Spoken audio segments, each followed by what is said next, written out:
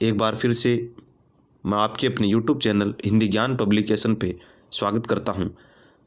साथियों, हम रीट की पात्रता परीक्षाओं से संबंधित हम मॉडल पेपर है वो कर रहे हैं।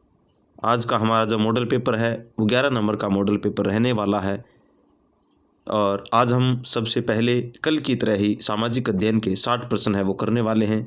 उसके बाद हम निरंतर रूप से जैसे पहले चलते थे वैसे ही चलने वाले हैं। तो आइए हम आज के हमारे मॉडल पेपर पे चलते हैं। आज का हमारा जो पहला प्रश्न है वो ये है, सामाजिक अध्ययन के हम सबसे पहले करने वाले हैं 60 प्रश्न। वह सेल जिस पर एक योगी की आकृति बनी हुई है जो पाशुपति शिव जैसी दिखाई पड़ती है वो कहाँ से मिली है? मोहनजोदड़ो से, हड़प्पा से, लोथल से या कालीबंगा से। यानी शिव की आकृति की हमें क्या मिली है? एक मूर्ति मिली है जो योगी के रूप में, योगी की आकृति के समान दिखती है। तो हमने माना है कि भगवान शिव की ये प्रतिमा रही होगी। तो ये कहाँ से हमें मिलता है? तो ये हमें मोहनजोदड़ो से मिलती है। तो पहला ऑप्शन इसका सही हो जाएगा। प्रश्न नंबर 92 है, जिस जैन ग्रंथ में 16 महाजनपदों की सूची प्राप्त होती है वह है भगवती सूत्र, अंगुत्तर निकाय, कथाकोश प्रकरण या कथाकोश। तो हमें 16 महाजनपदों की सूची है वो भगवती सूत्र से मिलती है। पहला ऑप्शन सही हो जाएगा। प्रश्न नंबर 93 है, महाभारत काल में पांडवों ने अपना अज्ञातवास विराटनगर में बिताया। यह महाजनपद की राजधानी, किस महाजनपद की राजधानी थी? कुरु की, पांचाल की, कौशाम्बी की या मत्स्य की? तो ये है मत्स्य जनपद की राजधानी सी। तो चौथा ऑप्शन इसका सही हो जाएगा। प्रश्न नंबर 94 है, चारों आश्रमों का लेख सर्वप्रथम किस उपनिषद में हुआ? मुंडकोपनिषद, छंदोग्य उपनिषद या बृहदारण्यक उपनिषद या जाबालोपनिषद? तो किसके अंदर चारों आश्रमों का सबसे पहले है वो हमें जानकारी मिलती है या लेख है वो सबसे पहले जो जाबालोपनिषद है उसके अंदर है वो मिलता है। तो चौथा ऑप्शन इसका सही हो जाएगा। प्रश्न नंबर 95 है, अशोक के खरोष्टी में लिपिबंध अभिलेख प्राप्त हुए, यानी कौन सी भाषा के अंदर, जो खरोष्टी भाषा है उसके अंदर हमें कौन से आलेख है, कौन से अभिलेख मिले हैं, यह हमें इनमें से देखना है।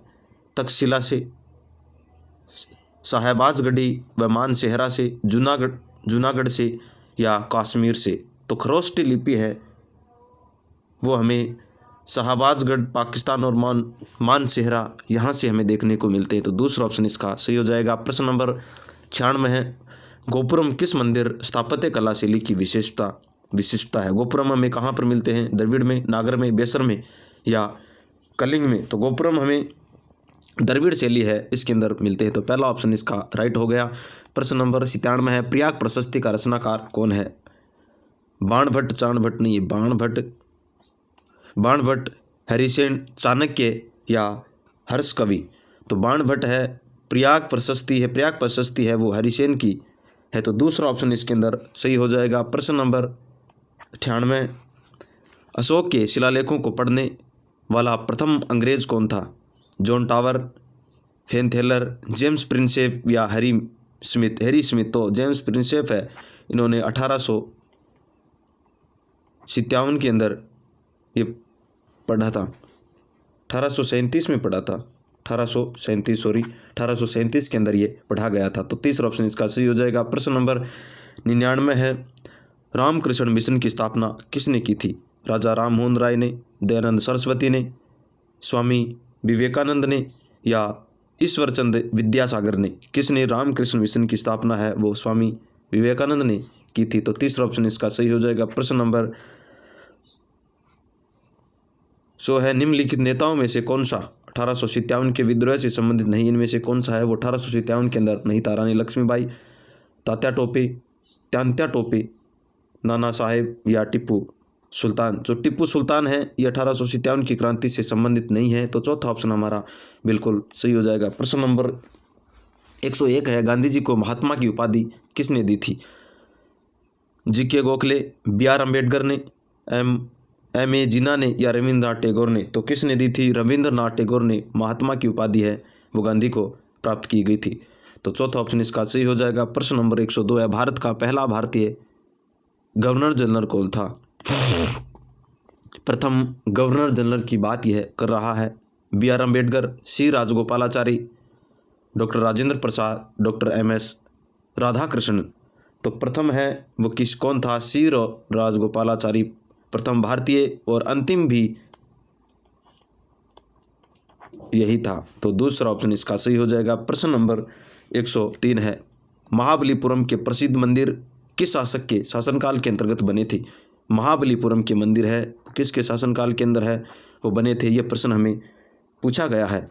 पल्लव काल में, चोल काल में, चालुक्य में या काकत्य के अंदर? तो पल्लव काल के अंदर है महाबलीपुरम के मंदिरों का निर्माण है वो किया गया था। तो पहला ऑप्शन इसका सत्य हो जाएगा। प्रश्न नंबर 104 है, निम्न में से किस नदी को सांगपो के नाम से भी जाना जाता है? सांगपो के नाम से भी जाना जाता है। गंगा को, ब्रह्मपुत्र को, नर्मदा को या सिंधु को? तो सांगपो नदी है वो ब्रह्मपुत्र नदी है, इसको जाना जाता है। तो दूसरा ऑप्शन इसका सही हो जाएगा। प्रश्न नंबर 105 है, किसके नेतृत्व में MSI द्वारा भारत में सर्वप्रथम उत्खनन कार्य है वो किया गया था? जॉन मार्शल के नेतृत्व में, अलेक्जेंडर कनिंघम के नेतृत्व में, या मार्टिमर व्हीलर के नेतृत्व में, या HD सांगलिया के नेतृत्व के अंदर? ASI के द्वारा है वो जॉन मार्शल के द्वारा किया गया था। तो पहला ऑप्शन इसका सही हो जाएगा। प्रश्न नंबर 106 है, भारतीय मुसलमानों के अलग राज्य के लिए पाकिस्तान शब्द प्रयोग सबसे पहले निम्न में से किसने किया था? मोहम्मद इकबाल ने, सर आगा खान ने, या M.A. जिन्ना ने, या रहमत अली ने? तो सबसे पहले है वो रहमत अली ने पाकिस्तान शब्द का प्रयोग किया था, और जिन्ना ने क्या कहा था? पाकिस्तान के लिए इन्हें सबसे ज़्यादा है वो आवाज़ उठाई थी। भारत के 2 टुकड़ों का विभाजन करने का इन्होंने फैसला किया था। इन्होंने कहा कि मुसलमानों का एक अलग राष्ट्र है वो हम बनाएंगे, जिन्ना के द्वारा किया गया था। और पाकिस्तान शब्द का सबसे पहले प्रयोग रहमत अली के द्वारा किया गया। वेरी इंपॉर्टेंट प्रश्न है वो, उसका चौथा ऑप्शन सही हो जाएगा। प्रश्न नंबर 107 है, निम्नलिखित में से कौन सा कार्य राजस्थान में जिला कलेक्टर से संबंधित है वो नहीं है? इनमें से कौन सा कार्य है वो जिला कलेक्टर का नहीं है? स्थानीय स्वशासन के निकायों के चुनावों की अधिसूचना जारी करना, जिले में कानून व्यवस्था बनाए रखना, जिले की विकास परियोजनाओं की निगरानी करना, या फिर जिला प्रशासन एवं राज्य सरकार के बीच एक समन्वय करना? तो कौन सा ऑप्शन नहीं है? स्थानीय प्रशासन के निकायों की चुनाव की अधिसूचना है ये तो चुनाव आयुक्त के द्वारा की जाती है। पहला ऑप्शन इसका सही हो जाएगा। प्रश्न नंबर 108 है, संविधान के किस संशोधन के द्वारा अनुच्छेद 164(1) के बाद एक नया उपबंध प्रथम ए जोड़ा गया जो मुख्यमंत्री सहित मंत्रियों की अधिकतम संख्या की सीमा निर्धारित करती है? कल हमने इसकी चर्चा करी थी। संविधान संशोधन है वो कब किया गया था, कौन सा था इसके बारे में? तो 89वां संविधान संशोधन, 93वां संविधान संशोधन, या 98वां संविधान संशोधन, या 91वां संविधान संशोधन? तो 91वां संविधान संशोधन है ये इसका सही हो जाएगा। प्रश्न नंबर 108 में चौथा ऑप्शन सही हो जाएगा। प्रश्न नंबर 109 है, भारत के गणतंत्र दिवस पर सशस्त्र सेनाओं की परेड है, यानी सशस्त्र सेनाओं की परेड की सलामी कौन करता है? कब गणतंत्र दिवस की बात कर रहा है? रक्षा मंत्री, राष्ट्रपति, प्रधानमंत्री या सेना अध्यक्ष? कौन करता है? राष्ट्रपति करता है, और स्वतंत्र दिवस के रूप में प्रधानमंत्री है स्वतंत्र दिवस पे यह करता है। तो इसका हमारा दूसरा ऑप्शन सही हो जाएगा। प्रश्न नंबर 110 है, निम्न में से सर्वोच्च न्यायालय के न्यायाधीश की सेवानिवृत्ति की आयु कौन सी है? सर्वोच्च न्यायालय का जो न्यायाधीश उसकी आयु पूछा है, 60 वर्ष, 62 वर्ष, 65 वर्ष या 70 वर्ष? तो 65 वर्ष का होगा तो उसे सेवानिवृत्त है वो कर दिया जाएगा। तो तीसरा ऑप्शन इसका सही हो जाएगा। प्रश्न नंबर 111 है, भारत में संविधान के निम्नांकित में से किस अनुच्छेद में वैज्ञानिक दृष्टिकोण शब्द का उल्लेख है? वैज्ञानिक दृष्टिकोण का उल्लेख कौन से संविधान के अनुच्छेद के अंदर है वो किया गया है? 51 क व घ के अंदर, 51 क य के अंदर, 51 क च के अंदर, 51 क ज के अंदर? तो किसके अंदर है वो किया गया? 51 क ज के अंदर है। किसका प्रयोग किया गया है? वैज्ञानिक दृष्टिकोण का प्रयोग है वो किया गया है। तो चौथा ऑप्शन इसका सही हो जाएगा। प्रश्न नंबर 112 है, भारतीय संविधान के किस अनुच्छेद के अंतर्गत छुआछूत है अपराध घोषित किया गया? अनुच्छेद 17 के अंदर, 19 के अंदर, 22 के अंदर या 32 के अंदर? तो अनुच्छेद 17 है, इसके अंदर छुआछूत का है वो निषेध है, अपराध है वो क्या अपराध घोषित किया गया है? तो पहला ऑप्शन इसका सही हो जाएगा। प्रश्न नंबर 113 है, मूल संविधान में थे 392 अनुच्छेद और 6 अनुसूचियाँ, 395 अनुच्छेद व 8 अनुसूचियाँ, 394 अनुच्छेद 8 अनुसूचियाँ, 396 अनुच्छेद और 6 अनुसूचियाँ। तो किसका उल्लेख है वो भारतीय संविधान के अंदर? 395 तो अनुच्छेद थे और 8 अनुसूचियाँ थी। वर्तमान में लगभग 12 अनुसूचियाँ हैं और 425 या 35 के करीब है अनुच्छेद है वो हो गए हैं। तो इसका दूसरा ऑप्शन है वो हो जाएगा सही। प्रश्न नंबर 114 है, पंथ निरपेक्ष शब्दावली जिसे बाद में जोड़ा गया का उल्लेख भारतीय संविधान के किस भाग के अंदर हमें मिलता है? कौन सा पंथ है?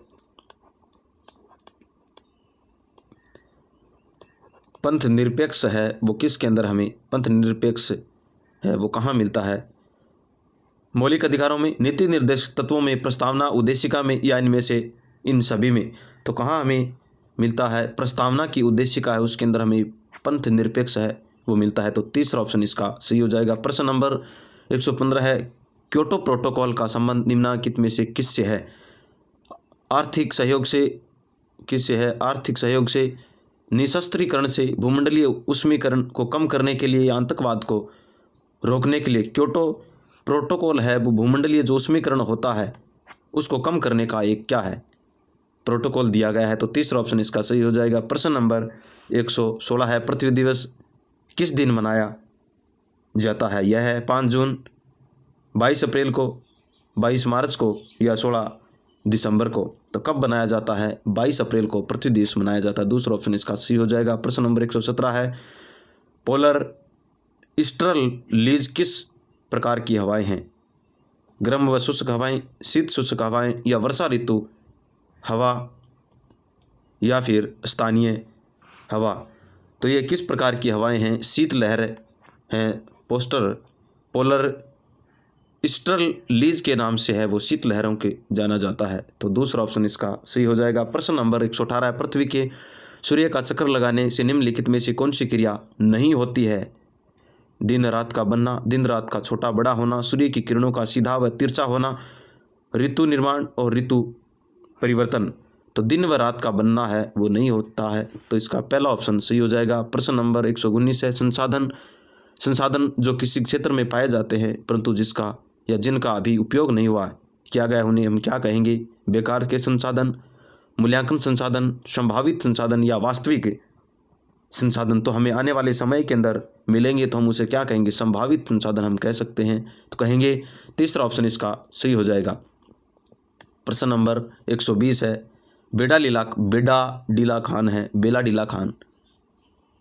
डीला खान संबंधित है, महत्वपूर्ण खान है। ये तांबा की, बॉक्साइट की, लोहे की या जिप्सम की? तो लोहे की खान है वो बेला डीला खान है। तो इसका तीसरा ऑप्शन है वो सही हो जाएगा। प्रश्न नंबर 121 है, काजीरंगा राष्ट्रीय उद्यान प्रसिद्ध है। तो काजीरंगा राष्ट्रीय उद्यान है वो किसके लिए प्रसिद्ध है? साइबेरियन सारस के लिए, एक सींग वाले भारतीय गेंडे के लिए या हिम चीता के लिए, मगरमच्छ के लिए? तो किसके लिए प्रसिद्ध है ये एक सींग वाले भारतीय जो गेंडा है उसके लिए काजीरंगा है राष्ट्रीय उद्यान प्रसिद्ध है। तो दूसरा ऑप्शन इसका सही हो जाएगा। प्रश्न नंबर 122 है, ध्रुवीय क्षेत्र से बाहर सबसे बड़ा हिमानी भारत में स्थित है। बड़ा हिमानी है वो कहाँ पर है? सियाचिन, हिमपाल के अंदर, व्याफो या चाल्टोरम? तो कहाँ पर है? तो ये सियाचिन है, सियाचिन ग्लेशियर है वहाँ पर सबसे बड़ा है वो ध्रुवीय हिमानी भारत का क्षेत्र है। तो इसका पहला ऑप्शन सही हो जाएगा। प्रश्न नंबर 123 है, राजस्थान पर्यटन विकास निगम लिमिटेड की स्थापना कब की गई थी? किसकी? राजस्थान पर्यटन विकास निगम लिमिटेड की स्थापना है वो कब की गई थी? 1 अप्रैल 1979 को, 27 सितंबर 2001 को, 1 अगस्त 2000 को या 24 अक्टूबर 1996 को? तो कब इसकी है वो की गई थी? 1 अप्रैल 1979 को की गई थी। पहला ऑप्शन इसका सही हो जाएगा। प्रश्न नंबर 124 है, निम्नलिखित को सुमेलित करना है सूची 1 व सूची 2 को। एक तरफ सिंचाई परियोजनाएं दे रखी हैं, दूसरी तरफ हमें जिला है उसका मिलान करना है। गागरिन बूंदी दे रखा है, तकली 12 में, लहासी कोटा में, चाकन झालवाड़ा के अंदर, झालावाड़। तो ये हमें मिलान है वो करना है। तो सबसे पहले गागरोन है वो झालावाड़ के अंदर आएगा पहले में। चौथा ऑप्शन तकली है वो कहाँ पर आएगा, कोटा के अंदर। तकली कहाँ पर है, कोटा के अंदर। तो 4, 3। उसके बाद लहासी है वो हमें 12 के अंदर देखने को मिलती है, और चाकन है वो बूंदी के अंदर देखने को मिलती है। इस प्रकार 4, 3, 2, 1 ये ऑप्शन जिसमें है आप उसको मिला लीजिए। अगला प्रश्न है 125 नंबर का प्रश्न है, वो यह है, कौन सा शहर राजस्थान का मैनचेस्टर कहा जाता है। कोटा को, पाली को, ब्यावर को या भीलवाड़ा को। राजस्थान का मैनचेस्टर कहा जा सकता है, वो किसे कहा जाता है, वो ब्यावर है उसको हम कह सकते हैं। सॉरी, क्या पूछा है, मैनचेस्टर है, भीलवाड़ा को कहा जाता है। किसको कहा जाएगा, भीलवाड़ा को मैनचेस्टर है, वस्त्र नगरी के नाम से भी जाना जाता है। तो चौथा ऑप्शन इसका सही हो जाएगा। प्रश्न नंबर 126 है, राजस्थान को 2 भागों में बांटने वाली समरेखा कौन सी है। 25 सेंटीमीटर की, 50 सेंटीमीटर की, या 100 सेंटीमीटर की, या 150 सेंटीमीटर की। तो राजस्थान को 2 भागों के अंदर बांटने वाली जो रेखा है वो 50 सेंटीमीटर की रेखा है। राजस्थान के अंदर ऐसे भी अगर पूछ ले कि शुष्क जो भाग है उसके अंदर बांटने वाली रेखा कौन सी है, तो 25, 50 इसके बीच में कौन सी आएगी, 25। तो इस प्रकार से भी प्रश्न है। वो राजस्थान के शुष्क भाग को बांटने वाली रेखा ऐसे भी आ सकता है। 2 भागों में 50 सेंटीमीटर रेखा है वो बांटती है। तो इसका दूसरा ऑप्शन है वो सही हो जाएगा। प्रश्न नंबर 127 है, सोम, कमला, अम्बला सिंचाई परियोजना निम्नलिखित में से किस जिले की है। डूंगरपुर, बांसवाड़ा, उदयपुर और चित्तौड़गढ़। तो सोम, कमला, अम्बा है ये डूंगरपुर के अंदर है। तो पहला ऑप्शन इसका सही हो जाएगा। प्रश्न नंबर 128 है, राजस्थान के किस जिले में पुरातात्विक बागौर कस्बा स्थित है। बागौर से संबंधित हमें पूछा है, सीकर के अंदर, नागौर के अंदर, अलवर के अंदर या भीलवाड़ा के अंदर। तो भीलवाड़ा है वो बागौर है, बागौर के अंदर कौन सा भीलवाड़ा सभ्यता है, भीलवाड़ा के अंदर बागौर सभ्यता है। तो चौथा ऑप्शन इसका सही हो जाएगा। प्रश्न नंबर 129 है, राजस्थान के कोटा राज्य के अंदर 1857 का महान विद्रोह प्रथम स्वतंत्रता संग्राम का नेतृत्व करने वाले थे। कहाँ पर, कोटा के अंदर। कहाँ पर, कोटा में 1857 की क्रांति की बात कर रही है, और वहाँ पर नेतृत्व है वो किसने किया था, पंडित न्यूनराम शर्मा एवं विजय सिंह पथिक ने। ये तो बिजोलिया किसान आंदोलन से संबंधित गलत हो गया। लाला हरदयाल व मेहरावत खां, खुशाल सिंह तथा राम सिंह हैं। लाला जयदयाल व मेहराब खां, तो लाला जयदयाल व मेहराब खां थे। तो चौथा ऑप्शन इसका सही हो जाएगा। प्रश्न नंबर 130 है, डूंगरपुर प्रजामंडल की स्थापना 1944 में की गई थी। किसके द्वारा की गई थी, राम नारायण चौधरी के द्वारा, प्रताप सिंह बारहट के द्वारा, भोगीलाल पांड्या के द्वारा, माणिक्यलाल वर्मा के द्वारा। तो किसके द्वारा की गई थी, तो भोगीलाल पांड्या ने डूंगरपुर प्रजामंडल की स्थापना है 1944 में की थी। तो तीसरा ऑप्शन इसका सही हो जाएगा। प्रश्न नंबर 131 है, शिव जनपद का उल्लेख सर्वप्रथम स्रोत है। सिक्के, शिलालेख, संस्कृति साहित्य या यूनानी साहित्य। तो हमें शिवी जनपद का उल्लेख है वो सबसे पहले सिक्कों से, कहाँ से, सिक्कों के ऊपर है वो प्राप्त हमें मिलता है। तो पहला ऑप्शन इसका सही हो जाएगा। प्रश्न नंबर 132 है, महाराणा प्रताप का दरबारी पंडित कौन था। महाराणा प्रताप का दरबारी पंडित हमें पूछा है, रामचरण, चंद्रमौली, चंद्रधर या चक्रपाणी मिश्र। तो चक्रपाणी मिश्र है वो महाराणा प्रताप के दरबारी पंडित थे। तो इसका चौथा ऑप्शन हो जाएगा। प्रश्न नंबर 133, वीर सतसई, बलवत विलास और राम रजाट के लेखक हैं श्यामल दास, सूर्यमल मिश्रण, गौरीशंकर हिरानंद ओझा, जगदीश सिंह हैं गहलोत। तो वीर सतसई, बलवंत विलास और राम रजाट है वो किसके द्वारा लिखी गई थी, सूर्यमल मिश्रण की यह है। तो दूसरा ऑप्शन इसका सही हो जाएगा। प्रश्न नंबर 134 है, कला शैली बणिठनी संबंधित है। बणिठनी किससे संबंधित है? जसवंत प्रसाद, नागरीदास, मृगावती या शिव पार्वती। तो यह नागरीदास से संबंधित है। और किशनगढ़ के कहाँ पर है ये?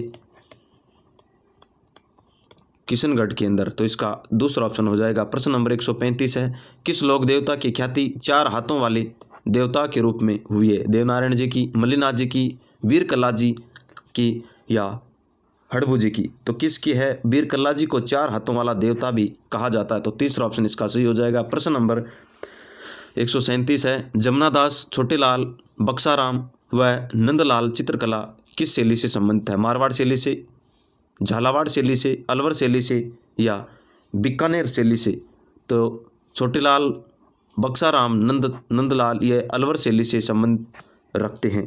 तो तीसरा ऑप्शन इसके अंदर सही हो जाएगा। प्रश्न नंबर 137 है, संत दादू की मृत्यु किस स्थल पर हुई थी? सांभर में, आमेर में, नारायणा में या पुष्कर के अंदर? तो संत दादू जी हैं, दादू दयाल, इसकी मृत्यु है वो नारायणा जयपुर के अंदर हुई थी। तो तीसरा ऑप्शन इसका सही हो जाएगा। प्रश्न नंबर 138, राजस्थान राज्य सहकारी उपभोक्ता संघ कॉन्फेड का गठन कब किया गया था?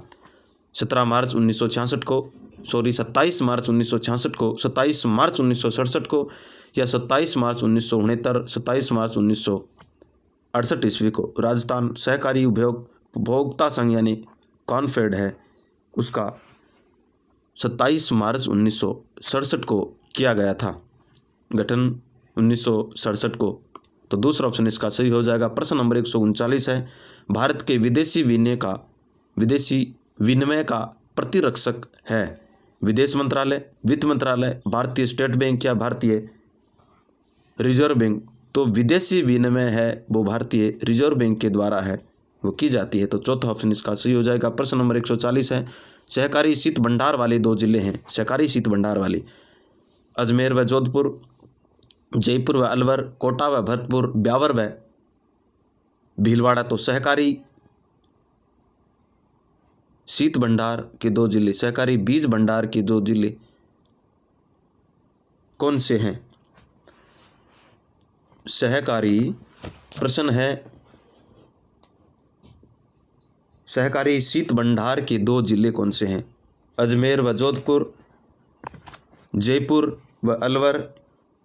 तो इसके अंदर जोधपुर तो होगा नहीं, भरतपुर नहीं होगा, ब्यावर भीलवाड़ा, तो जयपुर व अलवर हो जाएगा। दूसरा ऑप्शन इसका बिल्कुल राइट होगा। प्रश्न नंबर 141 है, सामाजिक अध्ययन में मूल्यांकन हेतु प्रयुक्त होने वाले उपकरणों में से समाजमितीय तकनीकी का प्रयोग, समाजमिति जो तकनीकी है उसका प्रयोग किया जाता है छात्रों के द्वारा विभिन्न क्षेत्रों में की जाने वाली गलतियों का पता लगाने के लिए, या छात्रों के द्वारा शैक्षिक क्षेत्र में की जाने वाली गलतियों के निदान हेतु किया जाता है, या छात्रों के परस्पर संबंधों का मूल्यांकन करने हेतु किया जाता है, या छात्रों की इस योग्यता का पता लगाने के लिए मूल्यांकन करने हेतु उच्च स्तर की कक्षाओं में क्या प्रश्न चुने, इसके लिए किया जाता है। तो इसका जो प्रयोग है वो छात्रों के परस्पर संबंधों का मूल्यांकन है, उसके लिए किया जाता। समाज के अंदर व्यक्ति का संबंध है वो मूल्यांकन के द्वारा होता है। इस प्रकार से हम याद रख सकते हैं। तो तीसरा ऑप्शन इसका सही हो जाएगा। प्रश्न नंबर 142 है, मूल्यांकन प्रक्रिया में अभिक्षमता परीक्षण से तात्पर्य है? अभिक्षमता का पूछा है, एप्टीट्यूड है, इसकी हम एप्टीट्यूड से पूछा है। छात्र की किसी विशेष संबंधी योग्यता का पता लगाना, छात्र के उसके मित्रों के साथ संबंधों की जानकारी पर एक सूची तैयार करना, या फिर छात्रों के द्वारा घटित प्रत्येक घटना का संग्रह या विलेख करना, या छात्रों के द्वारा की गई शैक्षिक विधि त्रुटियों के निदान हेतु एक योजना बनाना। तो छात्रों की अभिक्षमता है, छात्रों की किसी विशेष संबंधी योग्यता होती है। अभिक्षमता हम किसी विशेष क्षेत्र के अंदर है वो करने के लिए इसका करते हैं। तो पहला ऑप्शन इसका सही हो जाएगा। प्रश्न नंबर 143 है, निम्न में से क्या सामाजिक अध्ययन शिक्षण में प्राथमिक स्रोत नहीं है? हाँ और नहीं को सबसे पहले हमें क्या कर लेना है? गोला कर लेना है। सिंधु सभ्यता से जुड़ी कालीबंगा क्या सामाजिक अध्ययन शिक्षण के अंदर प्राथमिक स्तर वो नहीं है? सिंधु सभ्यता से जुड़ी कालीबंगा में पाई गई मोहरें, या फिर शिक्षक के द्वारा पढ़ाई जा रही पुस्तक, हमारे रीति रिवाज, या प्राचीन ग्रंथ। तो इसके अंदर यह आएगा द्वारा पढ़ाई गई पाठ्य पुस्तकें हैं वो प्राथमिक स्तर के अंदर नहीं आती है। तो दूसरा ऑप्शन इसका सही हो जाएगा। प्रश्न नंबर 144 की ओर चलते हैं। 144 नंबर का है कि सामाजिक अध्ययन शिक्षण में निम्न में से क्या एक लिखित स्रोत नहीं है। सामाजिक अध्ययन के अंदर कौन सा लिखित स्रोत नहीं है? प्राचीन ग्रंथ, हस्तलिपियाँ, लोकगीत या मनुस्मृति। तो लोकगीत है वो हमें लिखित साक्ष्य है वो नहीं होते हैं, तो तीसरा ऑप्शन इसका सही हो जाएगा। प्रश्न नंबर 145 है अन्वेषण छोटी कक्षाओं खोज। अन्वेषण का मतलब क्या है? हम खोज छोटी कक्षाओं के लिए उपयुक्त नहीं है। इसका प्रमुख कारण क्या है? छोटे बच्चों की तार्किक शक्ति प्रबल नहीं होती है, या छोटे बच्चों में निरीक्षण करने की क्षमता नहीं होती है, या छोटे बच्चों के लिए समस्या का विश्लेषण करने में असमर्थ होते हैं। उपयुक्त सभी। तो छोटे बच्चों के अंदर तार्किक क्षमता है वो कम होती है, तो पहला ऑप्शन बिल्कुल सही। छोटों की निरीक्षण करने की क्षमता वो इतनी नहीं होती है, उसके बाद हम असमर्थ रहते हैं विश्लेषण करने के अंदर। तो चौथा ऑप्शन उपयुक्त सभी है, इसका सही हो जाएगा। प्रश्न नंबर 146 अन्वेषण के दौरान एक शिक्षक का कार्य कौन सा होना चाहिए? केवल एक पथ प्रदर्शक के रूप में, केवल एक सहयोगी के रूप में, प्रत्येक क्षण छात्रों की समस्या को बढ़ाने के रूप में, या छात्रों की अधिक से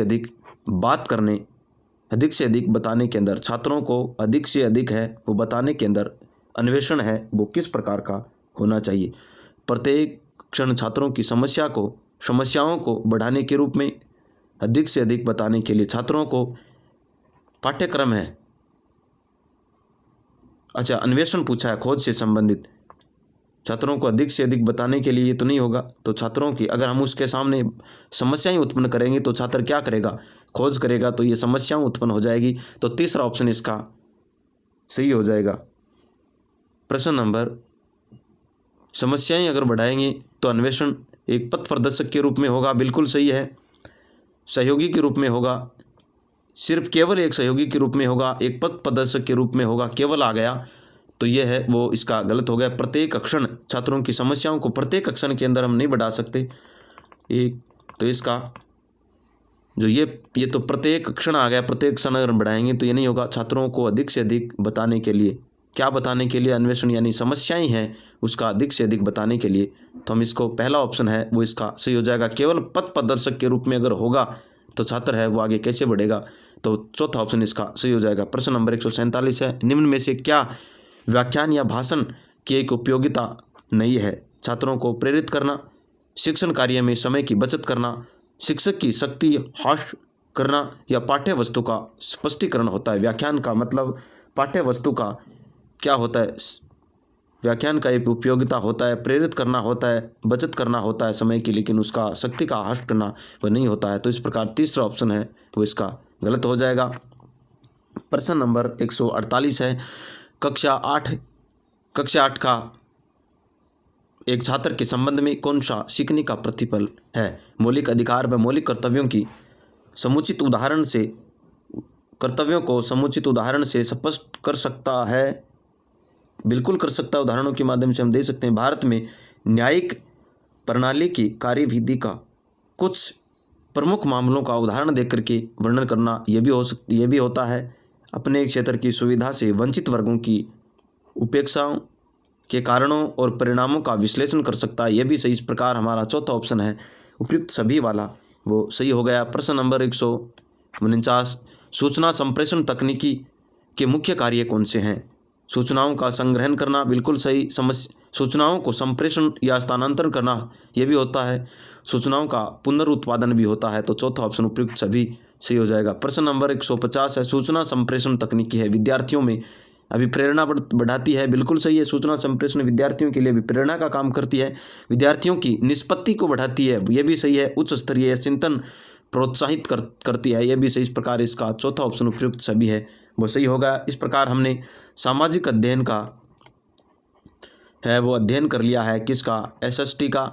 एसएसटी के अंदर हमने सामाजिक के कितने प्रश्न है वो 60 प्रश्न है वो कर लिए हैं। अब हम चलते हैं हम साइकोलॉजी की तरफ। हम मनोविज्ञान के 30 प्रश्न है वो करने वाले हैं। पहला प्रश्न है जीन पियाजे ने प्राक संक्रिया काल की अवधि बताइए। प्राक संक्रिया की अवधि है वो कौन सी बताई है? 2 से 5 वर्ष तक, 2 से 7 वर्ष तक, 3 से 5 वर्ष तक, या 3 से 7 वर्ष तक।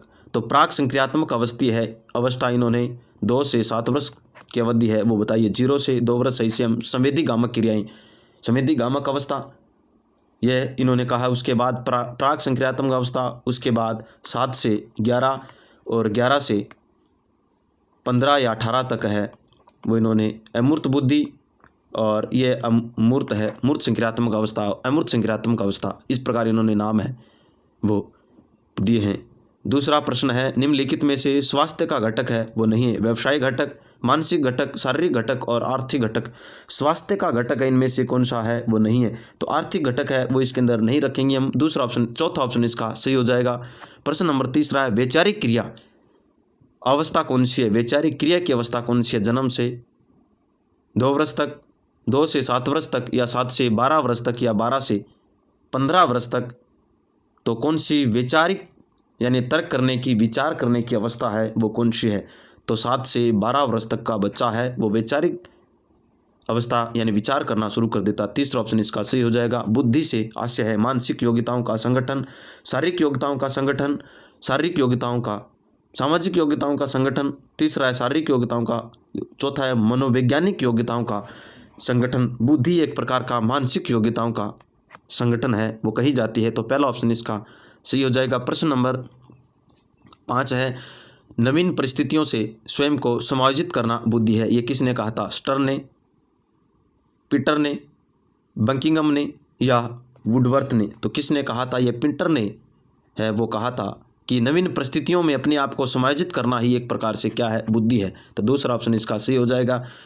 प्रश्न नंबर 6 है, मापन प्लस मूल्य निर्धारण सूत्र किसका होता है। अभिरुचि का, मूल्यांकन, सांख्यिकी का, मूल्यांकन का, इनमें से कोई नहीं। तो ये मापन प्लस मूल्यांकन है वो मूल्यांकन का, मापन प्लस मूल्य किसका हो जाएगा, मूल्यांकन का हो जाएगा। तीसरा ऑप्शन इसका सही होगा। प्रश्न नंबर 7 है, अधिगम की प्रक्रिया में निम्नलिखित में से कौन सी विशेषता होती है। अधिगम की प्रक्रिया के अंदर परिवार में, व्यवहार में परिवर्तन होता है, और वह भी कैसा परिवर्तन, अस्थायी परिवर्तन होता है। अगर कोई भी व्यक्ति शराब पी करके गाड़ी चलाता है तो अधिगम नहीं कहा जा सकता। परिपक्वता अर्जित करना उपयुक्त सभी। तो अधिगम की प्रक्रिया के अंदर हम व्यवहार के अंदर परिवर्तन होता है, परिपक्वता के साथ है आती है व्यवहार के अंदर, और अर्जित किया जाता है। तो चौथा ऑप्शन उपयुक्त सभी है वो हो जाएगा। प्रश्न नंबर 8 है, अधिगम के निम्नलिखित कारकों में महत्वपूर्ण कारक कौन सा है। इसके अंदर कौन सा कारक है जो महत्वपूर्ण है। मनोवैज्ञानिक कारक, शारीरिक कारक, भौतिक कारक, उपयुक्त सभी। तो मनोविज्ञान के अंदर है, अधिगम के अंदर है वो सभी कारक आते हैं। शारीरिक है, मानसिक है, भौतिक है। तो इस प्रकार से चौथा ऑप्शन उपयुक्त सभी वाला सही हो जाएगा। प्रश्न नंबर 9 है, रुचि वह प्रेरक है। रुचि वह प्रेरक शक्ति से जो हमें किसी व्यक्ति, वस्तु अथवा क्रिया के प्रति ध्यान देने के लिए प्रेरित करती है। यह कथन किसने कहा था या किसका है। मैकडूगल का, क्रो का, रॉबिन्सन का या सिम्पसन का। तो ये कथन है वो क्रो ने कहा था कि रुचि वह प्रेरक शक्ति है जो हमें किसी व्यक्ति, वस्तु अथवा क्रिया के प्रति है वो ध्यान आकर्षित करवाती है। तो दूसरा ऑप्शन इसका सही हो जाएगा। प्रश्न नंबर 10 है, उदात्तीकरण की अवधारणा का विकास किसने किया था। फ्रेडरिक ने, फ्रायड ने, मेड्रिक ने या फिर टॉरेंस ने। उदात्तीकरण की अवधारणा है वो मेड्रिक ने दी थी। तो तीसरा ऑप्शन इसका सही हो जाएगा। प्रश्न नंबर 11 है, सूची 1 के अंदर पदों की सूची 2 को नीचे दिए गए कूट के अंदर हमें मिलान करना है। सूची 1 और सूची 2 से टीएटी परीक्षण किसने दिया। 16 पीएफ है वो प्रश्नावली किसने दी थी। आईपीक्यू है वो किसने, और आईपीपीएस है वो किसने।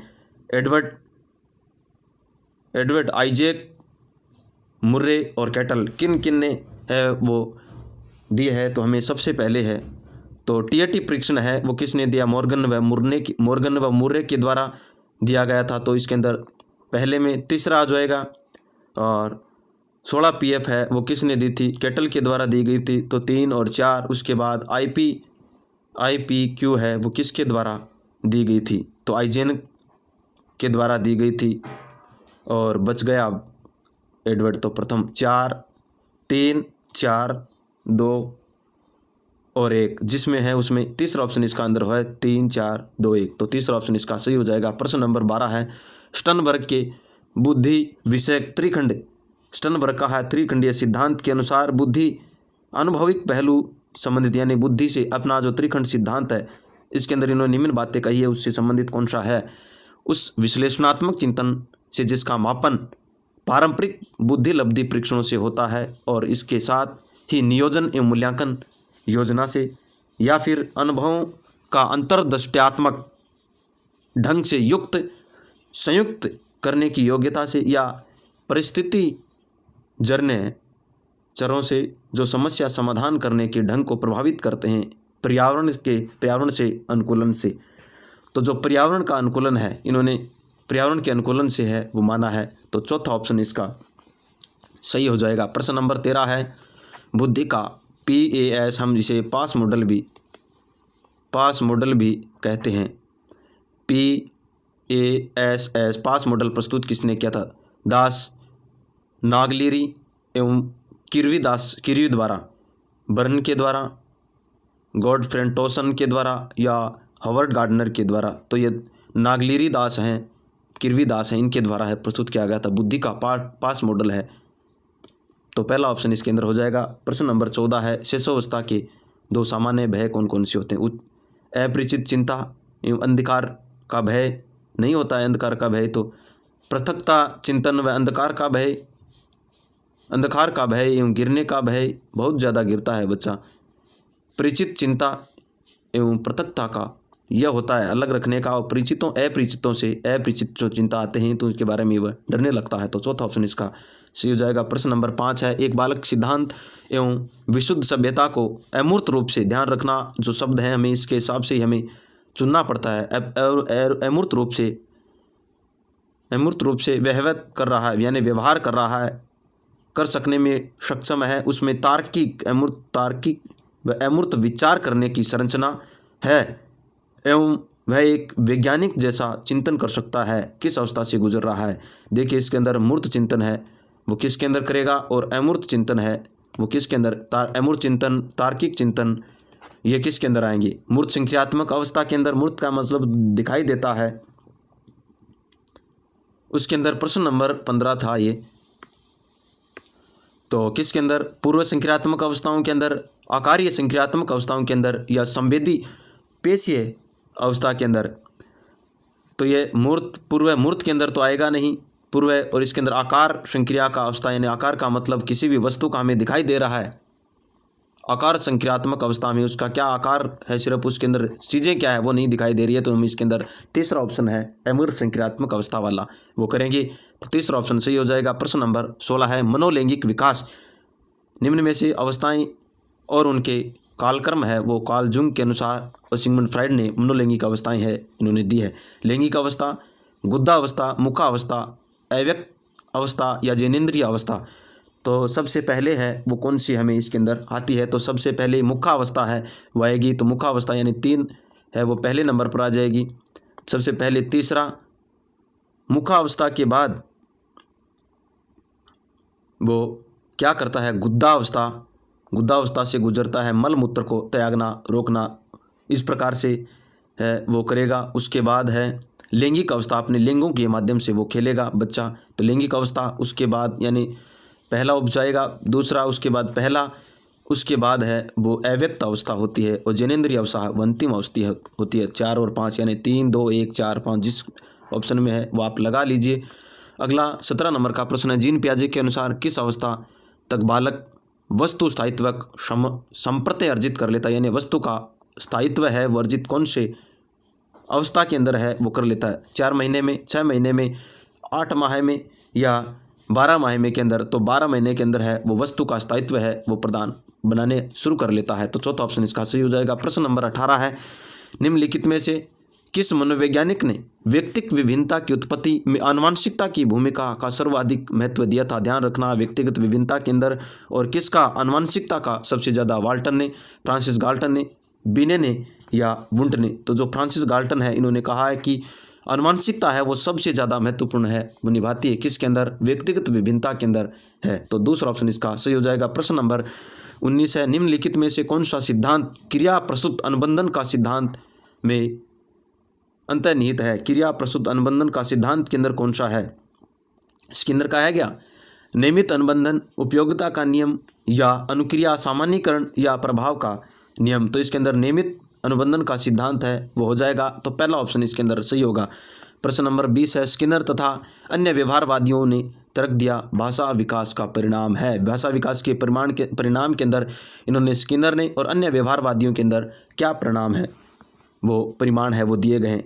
पहले अनुकरण आएगा, फिर पुनर्बलन करेगा, या साहचर्य हो जाएगा, या पुनर्बलन साहचर्य मनोबंध हो जाएगा, या फिर साहचर्य अनुकरण या मनोबंध हो जाएगा, या पहले पुनर्बलन देंगे फिर अनुकरण करेगा, उसके बाद मनोबंध हो जाएगा। तो सबसे पहले बालक है वो क्या करेगा? स्किनर ने कहा है कि सबसे पहले आप बालक को पुनर्बलन दीजिए, उसके बाद वो आपका अनुकरण करेगा, उसके बाद उसके मन के अंदर बंधन बंधने शुरू हो जाएंगे।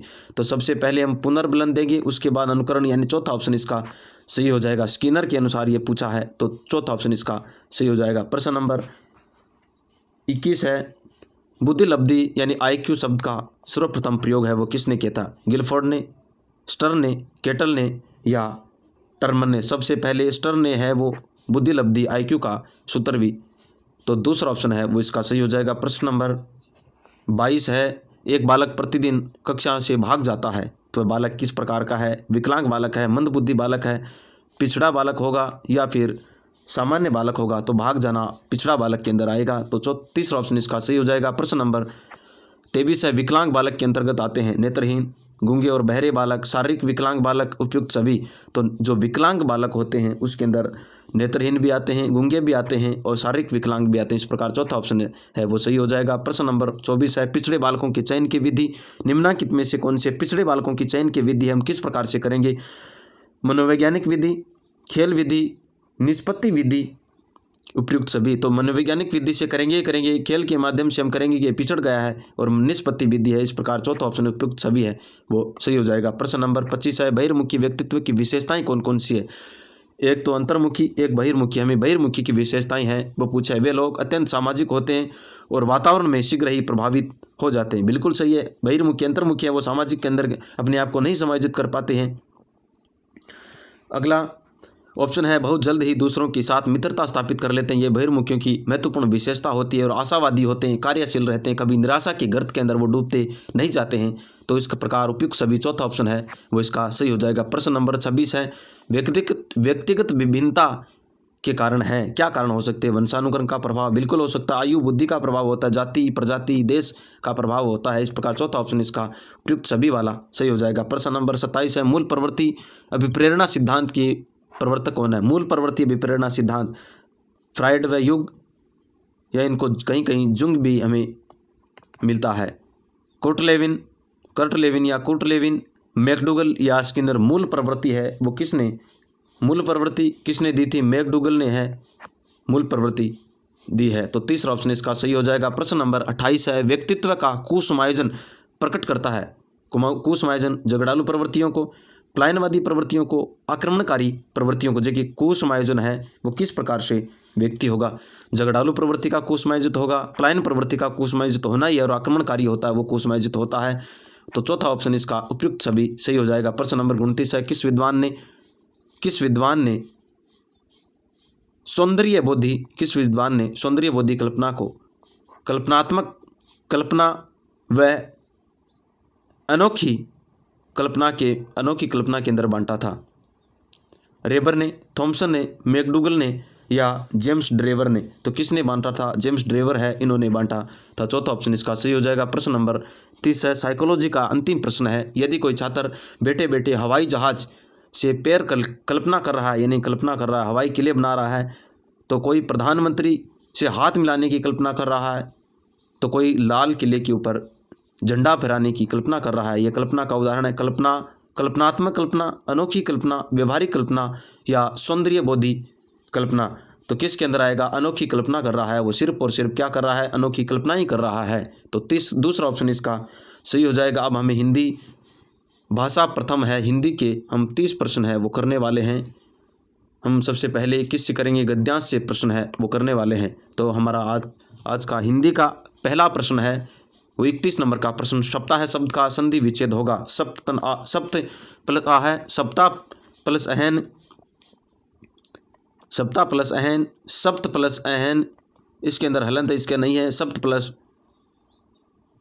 प्लस आहन, इसको हम आहन कर लेते हैं। तो सप्त प्लस या सप्ताह प्लस आहन, तो सप्ताह है वो किसका बनेगा? तो सप्त प्लस आहन का सप्ताहन बन जाएगा। चौथा ऑप्शन इसका सही हो जाएगा। प्रश्न नंबर 32 है, आकर्षक शब्द में प्रत्यय है। आकर्षक शब्द के अंदर प्रत्यय है अब आकर्ष क अक या अक, तो आकर्षक है। आकर्षक के अंदर कौन सा प्रत्यय है? आकर्षक अक प्रत्यय हो जाएगा। तीसरा ऑप्शन इसका सही हो जाएगा। प्रश्न नंबर 33 है, आशा शब्द का विलोम शब्द क्या हो जाए? दुराशा, निराशा, आशातीत या प्रत्याशा। आशा का जो विलोम शब्द होगा वो क्या हो जाएगा? निराशा। दुराशा नहीं होगा, निराशा हो जाएगा। तो दूसरा ऑप्शन इसका सही होगा। प्रश्न नंबर 34 है, सुबह शब्द का पर्यायवाची है। भोर, प्रातःकाल, सूर्योदय। तो सुबह के अंदर सभी आते हैं, भोर, प्रातःकाल, सुबह, ये सभी इसके ही होते हैं सभी। चौथा ऑप्शन हो जाएगा। प्रश्न नंबर 35 है, उसकी माँ ने भी इस विचार को मान लिया। वाक्य में अन्य पुरुषवाचक सर्वनाम है। इसके अंदर अन्य पुरुषवाचक सर्वनाम कौन सा है? इस, उसकी, इसकी या उसकी या इस या ने। तो वाक्य के अंदर कौन सा होगा? उसकी, अन्य पुरुष, उसकी व इसकी हो जाएगा। अन्य की बात बताई जा रही है, तो तीसरा ऑप्शन है वो हो जाएगा। अगला प्रश्न है, प्रश्न नंबर 36 है, हरिश्चंद्र विद्यासागर संस्कृत के पंडित थे। वाक्य में मदित्य, वाक्य के अंदर मदित्य भविष्य काल के अंदर बनेगा, यानी इस वाक्य है जो मंदित है लिखा हुआ उसका क्या बनेगा? भविष्य काल। कौन सा वाक्य है वो बनेगा की बात हो रही। विद्यासागर पंडित थे, मंदिर वाक्य है उसका निर्माण होगा। चलो देखते हैं। ईश्वरचंद्र विद्यासागर संस्कृत के पंडित होंगे। किसकी पूछ रहा है? भविष्य की पूछ रहा है। होंगे शायद ईश्वरचंद्र विद्यासागर संस्कृत के पंडित होंगे। ईश्वरचंद्र विद्यासागर संस्कृत के पंडित जरूर होंगे। भविष्य के अंदर हम जरूर की तो कल्पना नहीं कर सकते। शायद ईश्वरचंद्र विद्यासागर संस्कृत के पंडित हो, यह हो जाएगा। हो हम कल्पना कर रहे हैं, होंगे ये नहीं होगा, यह हो जाएगा। चौथा ऑप्शन इसके अंदर सही हो जाएगा। प्रश्न नंबर 37 है, गलत युग्म को हमें छांटना है। कौन सी युग्म को? गलत युग्म को छांटना है। परोपकार का परोपकार, परोपकारा या परोपकारी भी हो सकता है। गलत हमें पूछा है। प्राचार्य को प्राचार्य बिल्कुल सही है। सदाचार को सदाचारणी, अध्यापक को अध्यापिका। तो इस प्रकार पहला ही ऑप्शन गलत होगा, क्योंकि परोपकारी होता परोपकार का परोपकारी हो जाएगा। तो इसका पहला ऑप्शन हो जाएगा। 38 का, पंडित का स्त्रीलिंग बनेगा पंडितनी, पंडितानी और पंडिताइन, 2 व 3 दोनों। तो पंडित का जो स्त्रीलिंग है वो क्या बनेगा? पंडितानी भी होता है और पंडिताइन, यानी दोनों होते हैं। तो इस प्रकार दूसरा और तीसरा हो जाएगा। चौथा ऑप्शन इसका सही हो जाएगा। प्रश्न नंबर 37 है, वचन के संदर्भ में गलत को छांटिए। गुणों, सीमित, समितियां और चुनावों। तो हमें गलत कथन को है वो छांटना है। तो समिति एक होती है और सभी में बहुवचन है। तो दूसरा ऑप्शन इसका सही हो जाएगा। प्रश्न नंबर 40 है, ईश्वरचंद्र ने पत्र पढ़ा। वाक्य के अंदर काल है। ईश्वरचंद्र ने पत्र पढ़ा, तो पढ़ लिया, अभी हुआ है। सामान्य वर्तमान काल, सामान्य भूतकाल, पूर्ण भूतकाल या अपूर्ण भूतकाल। तो सामान्य भूतकाल यानी आसन भूतकाल भी कहेंगे। सामान्य भूतकाल काम अभी भी हुआ है और हो भी गया है, तो सामान्य बात है। तो दूसरा ऑप्शन इसका हो जाएगा। कोष्टक में दिए गए कौन से निशान है? इसके अंदर कोष्टक के अंदर ये निशान दिया गया है, तो ये किस प्रकार का निशान है? योजक चिन्ह, निर्देशक चिन्ह, विवरण चिन्ह या लाघव चिन्ह। तो ये विवरण चिन्ह है, निर्देशक चिन्ह है, और योजक चिन्ह यह होता है निर्देशक इससे थोड़ा सा बड़ा होता है, लाघव चिन्ह है इस प्रकार का होता है। तो तीसरा ऑप्शन इसका सही हो जाएगा। प्रश्न नंबर 42 है, मानसिक भाव छिपाना वाक्यांशों के लिए एक सार्थक होगा। मानसिक भाव को छिपाना, असूया, अमर्ष, अभिहित्या और अक्स धूर्त। तो अभिहित्या होती है, उसे हम मानसिक जो भाव छिपाते हैं उसे हम क्या कहेंगे? अभिहित्या। तो तीसरा ऑप्शन इसका सही हो जाएगा। प्रश्न नंबर 43 है, निम्नलिखित शब्दों में से शुद्ध शब्द है। कौन सा शब्द है वो शुद्ध है? अजमाइश, अंताक्षरी, आशीर्वाद, आगामी। तो इनमें हमें शुद्ध शब्द है वो छांटना है। तो आजमाइश हो जाएगा, आजमाइश हो जाएगा। अंत्याक्षरी होता है, ये क्या होता है? अंत्याक्षरी, तो ये गलत हो गया। आशीर्वाद के अंदर सी की बड़ी मात्रा आती है, और इस प्रकार आगामी है वो सही हो जाएगा। चौथा ऑप्शन इसका सही होगा। प्रश्न नंबर 44 है, निम्नलिखित असंगत है। सूची 1 सूची 2 को मिलान करना है। राजस्थानी भाषा के शब्द और हिंदी भाषा से दोहरों क्यारियों तक पानी भेजने की एक इकाई बनाई गई के लिए बनाई गई नाली है, उसको दोहरा कहते हैं। क्या उसको क्या कहेंगे? दोहरा कहेंगे। बिल्कुल सही, दोहरा ही कहा जाता है। रेवड़ है वो पशुओं का झुंड है। जागा वंशावलियों की पीढ़ी दर पीढ़ी लेखन का कार्य है, वो जागा कहलाता है। चितोरो है वो दीपक को नहीं कहा जा सकता, दिमक को। तो इस प्रकार चौथा ऑप्शन है वो इसका हो जाएगा। प्रश्न नंबर 45 है। नाक कटी पर घी तो चाटा। लोकोक्ति का अर्थ हो गया कि नाक तो कट गई लेकिन घी तो हमने चाट लिया। तो इसका निस्वार्थ व्यक्ति, स्वार्थपरकता या बेइज्जत होकर लाभ कमाना या सार्वजनिक कार्य करने में लज्जा क्या? सार्वजनिक कार्य में करने से लज्जा क्या? तो नाक कटी पर घी चाटा यानी बेइज्जत होने पर भी लाभ कमा लिया। तो तीसरा ऑप्शन इसका सही हो जाएगा। अगला प्रश्न है प्रश्न नंबर 46 है। ध्वनियों के विभेदीकरण के लिए कौन सा भाषा कौशल प्रयुक्त होता है? ध्वनियों के विभेदकरण के लिए विभेद करना हमें सुनना, पढ़ना, लिखना, उपयुक्त सभी। उपयुक्त सभी तो कैसे हो जाएगा? तो पढ़ना हो जाएगा क्या? नहीं होगा। सुनने के माध्यम से हम ध्वनियों का क्या करते हैं? विभेदीकरण है वो किया जाता है। तो पहला ऑप्शन इसका सही हो जाएगा। प्रश्न नंबर 42 है। भाषा विकास के लिए एक आवश्यक है। सामाजिक संपर्क, लिपि का ज्ञान, विद्यालय में पढ़ना, इनमें से कोई नहीं।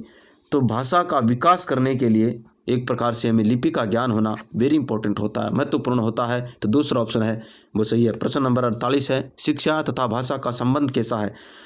शिक्षा के माध्यम से भाषा सीखी जा सकती है। भाषा तथा शिक्षा का संबंध अस्पष्ट है। भाषा और शिक्षा का संबंध क्या स्पष्ट है? नहीं हो सकता, ये तो गलत हो गया सीधा ही। अधिकांश शिक्षा भाषा के माध्यम से ली व दी जाती है। भाषा एवं शिक्षा में कोई संबंध नहीं होता है, तो ये गलत हो गया। इस प्रकार भाषा के माध्यम से, शिक्षा के माध्यम से भाषा सीखी जा सकती है, ये नहीं हो सकता। तो इसका बच गया तीसरा ऑप्शन। अधिकांश की बात कर रहे हैं। शिक्षा भाषा के माध्यम से ली जाती है। तीसरा ऑप्शन इसका सही हो जाएगा। प्रश्न नंबर 49 है। उच्च प्राथमिक स्तर पर कहानी रचना के लिए उपयोगी सामग्री कौन सी होगी? हमें कहानी का रचना करना है वो किसका? उसके लिए श्यामपट्ट होगा, फ्लैश कार्ड होगा, या चित्रकथाएँ होगी, या ये सभी होगी। तो हम श्यामपट्ट भी जरूरी होता है, फ्लैश कार्ड होता है, चित्रकथाएँ होती है। तो चौथा ऑप्शन है इसका सही हो जाएगा। प्रश्न नंबर 50 है। निम्न में से क्या एक शिक्षण सहायक सामग्री दृश्य सामग्री नहीं? इनमें से कौन सी है? यहीं तक देख लो आप। सहायक सामग्री है वो क्या नहीं है? दृश्य सामग्री नहीं है। श्यामपट्ट हो गया, रेखा चित्र हो गया, मूक चित्र हो गया, या रेडियो हो गया। तो रेडियो कैसा है? रेडियो एक प्रकार का सर्वे सुनने मात्र का साधन है। 51 नंबर का प्रश्न है। बच्चों में बोलने के कौशल का मूल्यांकन करने के लिए निम्न में से कौन सी विधि उपयुक्त हो सकती है? बच्चों का मूल्यांकन करने के लिए कौन सी विधि उपयुक्त होती है? बच्चों के बीच परिचर्चा कराई जाए, बच्चों का एक एक करके कक्षा के अंदर सभी पाठ्य वस्तु का भाषण कराया जाए, बच्चों की स्वयं से वार्ता है वो की जाए। तो हम क्या करेंगे? परिचर्चा कराएंगे, पाठ्य वस्तु का भाषण और वार्ता भी कराएंगे। इस प्रकार से उसका क्या हो जाएगा? बोलने का कौशल है वो विकसित हो जाएगा। चौथा ऑप्शन इसका सही हो जाएगा। प्रश्न नंबर 52 है। बच्चों में पढ़ने की समझ का मूल्यांकन करने के लिए निम्न में से कौन सा तरीका उपयुक्त है? बच्चों के मूल्यांकन करने के लिए बच्चों में श्यामपट्ट पर लिखवाया जाए, बच्चों से पाठ्य पुस्तक पढ़ाई जाए, बच्चों को पढ़ी गई पाठ्य वस्तु पर प्रश्न है वो किए जाए, उपयुक्त सभी।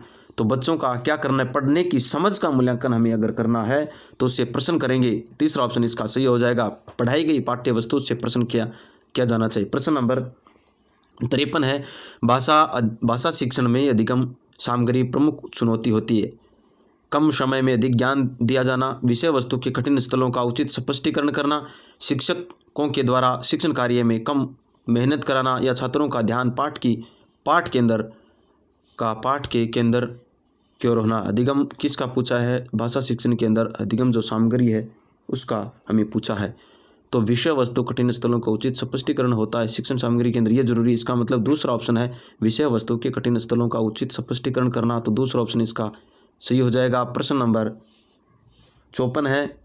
हिंदी भाषा के मौखिक व्यवहार में शब्दों के शुद्ध उच्चारण पर निर्भर करते हैं। हिंदी भाषा का जो मौखिक व्यवहार है, बोलने के ऊपर बल देना, सुनने पर बल, बोलने के अनुतांत पर बल, या इन सभी के अंदर तो हम बोलने के ऊपर बल देंगे, सुनने के ऊपर बल देंगे, बोलने के सुरों पर, बोलने के बल पर और उसके अनुतान पर, और इस प्रकार सभी सही हो जाएगा। चौथा ऑप्शन इसका सही होगा। प्रश्न नंबर 55 है। व्याकरण की विषय वस्तु निम्न में से क्या है?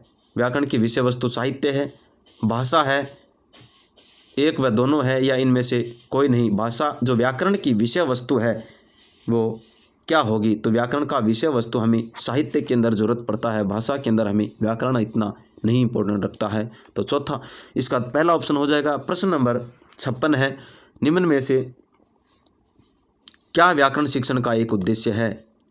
जानना, जानना, जानना, कौशल या ज्ञान प्रयोग करना। तो इसके अंदर हमें सबसे पहले हम उसके बारे में जानेंगे, कौशल करेंगे और ज्ञान। इस प्रकार चौथा ऑप्शन सही हो जाएगा। प्रश्न नंबर 97 है, अभ्यास की अवस्था में महत्व दिया जाता है पढ़ने को, लिखने को, मौखिक वाचन को या फिर उपयुक्त सभी को? तो अभ्यास के अंदर पढ़ने को देते हैं, लिखित को देखते हैं, मौखिक सभी के अंदर दिया जाता है। चौथा ऑप्शन इसका सही हो जाएगा।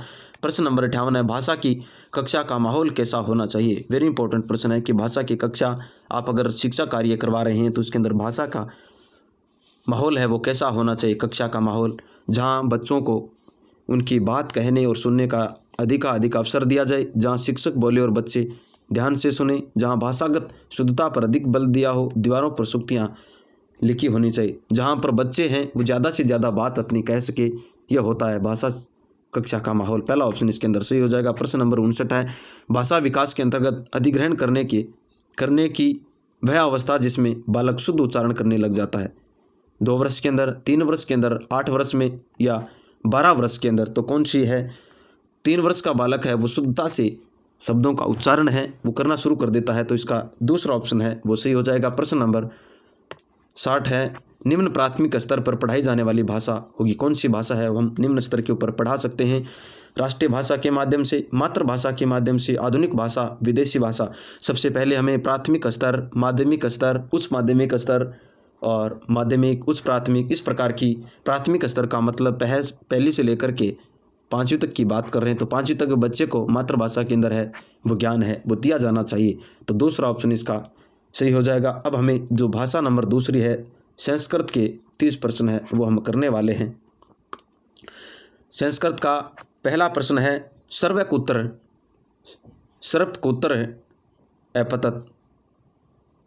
हस्ते सर्प कहाँ विचरित करते हैं? हस्ते, अजलों, मुखे या शीर्षी? तो सर्प है वो कहाँ पर करते हैं? अंजलों के अंदर, यानी जंगलों के अंदर है अजलाओ। तो इसका दूसरा ऑप्शन है वो सही हो जाएगा। प्रश्न नंबर 62 है, उक्तवान इत्यतर कह प्रत्यय है? उक्तवान के अंदर कौन सा प्रत्यय है? कतवतु, कत प्रत्यय, मतुप या वतुप? तो कतवतु है, कतवतु, कतवान के अंदर कतवतु प्रत्यय वो हो जाएगा। पहला ऑप्शन इसका सही हो जाएगा। प्रश्न नंबर 63 है, पतंजलि ही इत्यत्र कै संधि विच्छेद? पतंजलि का संधि विच्छेद पथ धन अंजलि, परत धनजलि, पतत धनंजलि, पतम धन अंजलि? तो पतंजलि है इसका क्या हो जाएगा? पतत धन अंजलि हो जाएगा।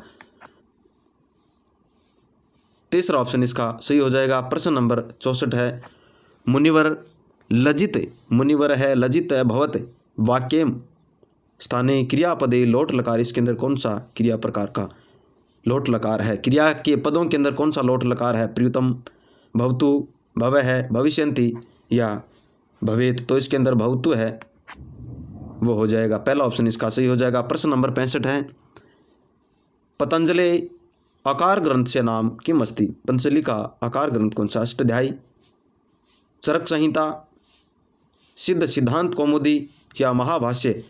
तो पतंजलि है उसके ग्रंथ का नाम है वो क्या है? महाभाष्यम। चौथा ऑप्शन इसका सही हो जाएगा। प्रश्न नंबर 66 है, शपो अहम इति कै अवदत? शपोहम इति कै अवदत मुनि? पतंजलि, सर्प या शप?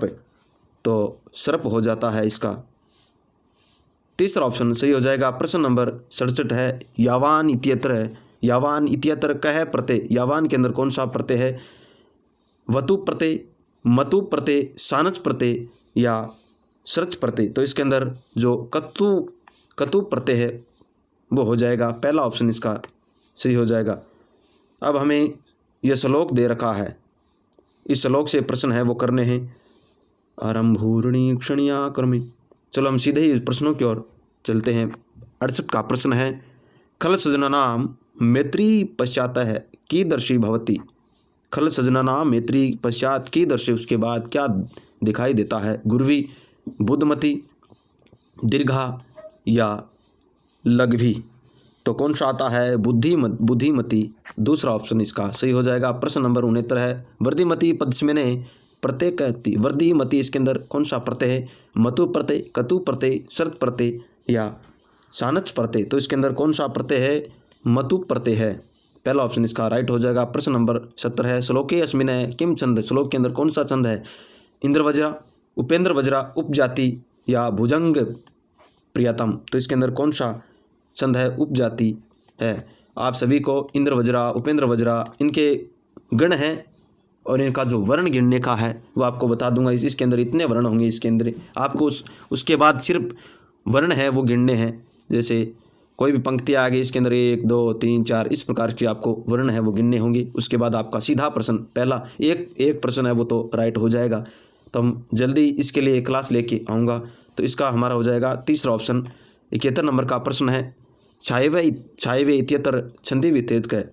छायवे है, इसका छंदी विच्छेद क्या होगा? छायाधन इव, छायाधन एव, छायाधन इव, छायाधन एव। तो छायव है, इसका संधि विच्छेद है वो छायाधन इव हो जाता है। या और ई, आ और ई मिलकर के ए का निर्माण करते हैं और एक ई आ और ई से एक की मात्रा वो लग गई तो छायव बन जाता है। तो पहला ऑप्शन इसके अंदर हो जाएगा। प्रश्न नंबर 72 है, अधोलिखितेषु कस्य कौशल विकासार्थ लेखनम इत्स्मिन् ग्रहण न भवेत्। इसमें से कौन सा कौशल है विकास लेखन के अंदर नहीं आता? व्याख्यान समय टिप्पणी संकलन करना, पठन समय टिप्पणी लेखनम करना, सारांश लेखनम, या फिर कस्मित कार्यक्रम करते योजना पत्र लेखनम। तो कौन सा है वो नहीं होगा? कस्यचित कार्यक्रम करते योजना पत्र लेखनम, यह नहीं होगा। इसका चौथा ऑप्शन हो जाएगा। प्रश्न नंबर 73 है, पाठ्य पुस्तक निर्माता तारा है। वर्तपत्र, पत्रिकादि मूल ले के भयम, पाठ्यान कविता वर्णनानि समाहार्यत। पाठ्यपुस्तकेषु नियोजयन्ति क्रमरथ है। किम अर्थ है? पाठ्य पुस्तक निर्माण करते समय वृत्तपत्र, पत्रिका आदि मूल्यांकन, मूल्य उद्देश्यों का हम पाठ के अंदर कविता है उसका वर्णन है, इसका समाहार करते हुए पाठ्य पुस्तक का नियोजन किस प्रकार से हम करेंगे? तेसु विश्वसनीय स्वाभाविक च भाषा विद्यते। इसके अंदर विश्वसनीय और स्वाभाविक भाषा का उपयोग करेंगे हम। तो भाषा है उपयोग करने वाली स्वाभाविक होनी चाहिए। पहला ऑप्शन इसके अंदर सही लग रहा है। आगे चलते हैं। पाठ्य पुस्तक निर्मातार भय तानी रोचक होना चाहिए। यह भी थोड़ा सही लग रहा है, लेकिन अभ्यास प्रश्नानाम निर्माण तेषां उपयोक्ताम भवति। अभ्यास प्रश्न का निर्माण तानी पठनार्थम उपयोगनानि भवन्ति। तो हमें इसको सबसे पहले विश्वसनीय और स्वाभाविक भाषा है इसके अंदर प्रयोग करने वाली होनी चाहिए, तभी हमारा पाठ है वो उत्तम रूप से छात्रों की रुचि से संबंधित है वो देखा जाएगा। तो इसका पहला ऑप्शन है वो सही हो जाएगा। अगला प्रश्न नंबर 74 है, वो इस प्रकार है कि शिक्षक है एक पाठम शवगत्या पठति विद्यार्थीन समूहे विजय मुख्य बिंदु आदाय पाठस्य पुनर्निर्माण कुर्वन्तु एवं विधि कार्यक्रम अस्ति। शिक्षक एक पाठ का स्वर गति के साथ पठन कर रहा है और विद्यार्थियों को एक समूह के अंदर विभाजित कर दिया और मुख्य बिंदु क्या है? आधे पाठ का, उसके बाद उसका पुनः से क्या करवा रहा है? पठन करवा रहा है। श्रुति लेख होगा, व्याकरण श्रुति लेख होगा, कार्यस्थ पुनर्लेखन होगा या पारस्परिक पुनर्लेखन हो जाएगा। तो इसके अंदर क्या होगा? व्याकरण से श्रुति लेख हो जाएगा। तो दूसरा ऑप्शन इसका सही हो जाएगा। प्रश्न नंबर 74 है, उषम वर्ण है। उषम वर्ण है श, य, श, ख और श। तो उषम वर्ण कौन सा होता है? श होता है, श है। तो दूसरा ऑप्शन इसका सही हो जाएगा। प्रश्न नंबर 76 है, प्रतिकूलता मूपगते ही विदोह विफलत्व मेति ही बहुसाधनता अश्याम है पंक्त्यो कस्मिन् पदे श्लोक अस्ति। इसके अंदर कौन से श्लेषालंकारम अस्ति। कौन से है जिसके अंदर श्लेष अलंकार है? वो हुआ प्रतिकूलता मुपदे विधेयो विफलत्वमेति बहुसाधनता। तो इसके अंदर कौन से प्रतिफूलता,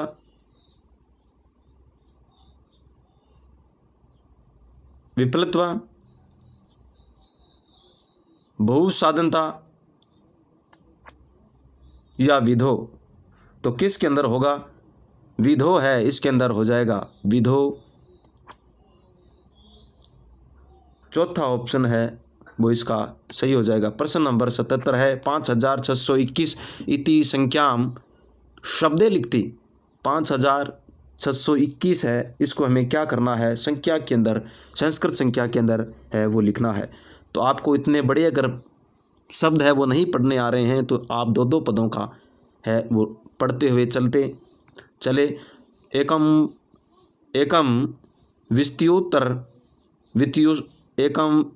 विस्त्युत्तर षट्शत धिक पंचसहस्रम। एकम विस्त्युत्तर ताधिकव पंचसहस्रम या फिर एकम विस्त्युत्तरम पट एकम द्यु पट सत्ताधिक पंचसहस्रम या फिर एकम विस्त्युत्तरम एकम विस्त्युत्तर शता की धिक शस्त्रम। 5060 हो जाएगा इसके अंदर शटम। तो इसका तीसरा ऑप्शन है एकम विस्ती एक और 20-21 प्रत्युत्तरम सटी। उसके बाद 600 शताधिक 600 से अधिक पंचसहस्रम तो 5000। तो इसका हो जाएगा 5000, उसके बाद शटम यानी 600, उसके बाद प्रत्युत्तरम, उसके बाद प्रत्युत्तर का मतलब उसके बाद एकोन विस्ती 20 और 1 तो हो जाएगा 21। तो इसका तीसरा ऑप्शन है वो सही हो जाएगा। प्रश्न नंबर 78 है 8:05 हुए इति घंटाम अक्षर लिखित। 8:05 को इति घंटाम लिखित। पंचनिमेषोत्तर वादनम या पंचानिमेषोत्तर अष्टवादनम। पंचनिमेषोत्तर अष्टवादनम पंचनिमेषोत्तर अष्टवादनम। तो 78 में पंचनिमेषोत्तर 5 से ऊपर अष्टवादनम 8 हो गए, 5 से ऊपर अष्टवादने। तो चौथा ऑप्शन इसका सही हो जाएगा। प्रश्न नंबर 79 है प्रथम भाषा विकास साधारणतया ज्ञात। प्रथम भाषा हम किसका ज्ञात करते हैं? अधिगमिते, अधिग्रहणिते, परिवर्धनमिते या संज्ञानमिते। संज्ञान के माध्यम से, परिवर्तन के माध्यम से, अधिग्रहण करते हुए, अनुकरण करते हुए या अधिगम के माध्यम से। तो इसके अंदर अधिग्रहण करेंगे सबसे पहले हम। तो दूसरा ऑप्शन इसका सही हो जाएगा। प्रश्न नंबर 80 है कस्याचित शिक्षाया कक्षायां कस्याचित कक्षाणां छात्राणां मातृभाषा विभिन्ना सन्ति। प्रत्येक कक्षा के अंदर विभिन्न मातृभाषाओं वाले छात्र है वो आते हैं। सः प्रत्येकं छात्रं स्व भाषया परस्पर अभिवादयन्तु निर्देशति। प्रतिदिनं छात्रा विभिन्न भाषाणां शब्दे स परिचर्या प्रयत्नशीला भवन्ति एवं शिक्षका साधनरूपेण अधोलिखितेषु कर्तव्य आश्रित।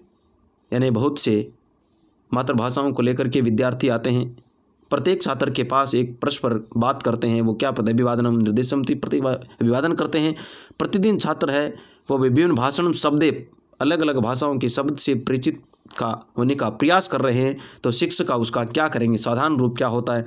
संसाधन रूपेण बहुभाषावाद, बहुभाषिकता, योजना रूपेण विभिन्नता या फिर भाषिक के बाद। तो बहुत से जो भाषाएं उसके अंदर होगी तो हम संसाधन रूपेण बहुभाषा, बहुत से संसाधनों का है उनको देने की कोशिश है वो करेंगे। तो इसका पहला ऑप्शन हो जाएगा। प्रश्न नंबर 81 है संस्कृत शिक्षणे सर्वोत्तम विधि वर्तते। संस्कृत शिक्षण की सर्वोत्तम विधि है वो कौन सी है? व्याख्यान विधि, अनुवाद विधि, प्रश्नोत्तर विधि, कंठस्थीकरण विधि। तो हम अनुवाद विधि है उसको संस्कृत की सबसे यानी अनुवाद किया जाता है। तो दूसरा ऑप्शन इसका सही हो जाएगा। प्रश्न नंबर 82 व्याकरण अनुवाद विधि प्रत्यते। व्याकरण अनुवाद विधि है लेकिन उसका प्रवर्तक कौन है? डॉक्टर राधाकृष्णन, डॉक्टर राम गोपाल भंडारकर, हम डॉक्टर भंडारकर भी कहते हैं, फ्राइड या प्रोफेसर वीपी बोकल। तो इसके कौन हो जाते हैं? भंडारकर महोदय है वो जाते हैं। दूसरा ऑप्शन इसका सही हो जाएगा। प्रश्न नंबर 33 है भाषा कौशल से विकास कथ्यम। भाषा कौशल से विकास कथ्यम की जाती। भाषा कौशल का विकास कब किया जाता है? लेखन से, श्रवण से, उच्चारण से या पठन से भाषा कौशल का जो विकास है वो किस तरीके से किया जाता है, तो उच्चारण के माध्यम से भाषा कौशल का विकास है वो करेंगे। तीसरा ऑप्शन हो जाएगा प्रश्न नंबर 84 है, मौखिक परीक्षा भेदे नास्ति, मौखिक परीक्षा का भेद नहीं है। शलाका परीक्षा, सर्वार्थ परीक्षा, शास्वार्थ परीक्षा या वस्तुनिष्ठ परीक्षा या भाषण परीक्षा। तो मौखिक परीक्षा का कौन सा नहीं है, वस्तुनिष्ठ परीक्षण है वो मौखिक परीक्षा के अंदर नहीं रख सकते। इसके अंदर 4 ऑप्शन होते हैं, 4 में से एक को चुना जाता है, तो एक प्रकार से लिखित परीक्षा है। तो तीसरा ऑप्शन इसके अंदर सही हो जाएगा। निश्चित उपचारात्मक प्रश्न क्या है, निश्चित उत्तर का उत्तर देना, वस्तुनिष्ठ, लघुतरात्मक प्रश्न, अति लघुतरात्मक, अति लघुतरात्मक, निबंधात्मक।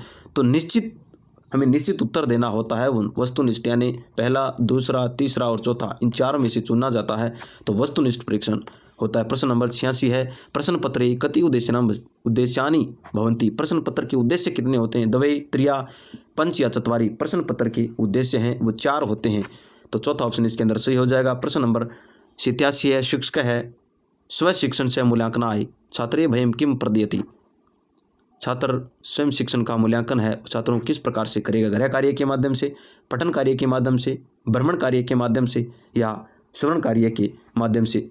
शिक्षक है वो छात्रों का स्वयं मूल्यांकन है वो गृह कार्य देकर के करता है, तो पहला ऑप्शन इसके अंदर सही हो जाएगा। प्रश्न नंबर 88 है, पठने दुर्बल छात्राणाम क्रियते कीदृशं शिक्षणं प्रदीयते, पठन के समय दुर्बल छात्रों का हम उसका शिक्षण है वो किस प्रकार से करते हैं, गद्य शिक्षण के अंदर, पद्य शिक्षण में, उपचारात्मक शिक्षण के अंदर या कथोपकथन पढ़ रहे हैं उसका हमें शिक्षण किस प्रकार का शिक्षण है वो हमें पता चलेगा, तो हम उपचारात्मक शिक्षण उनका करेंगे, तो तीसरा ऑप्शन इसका सही हो जाएगा। प्रश्न नंबर 89 है, कक्षा शिक्षणे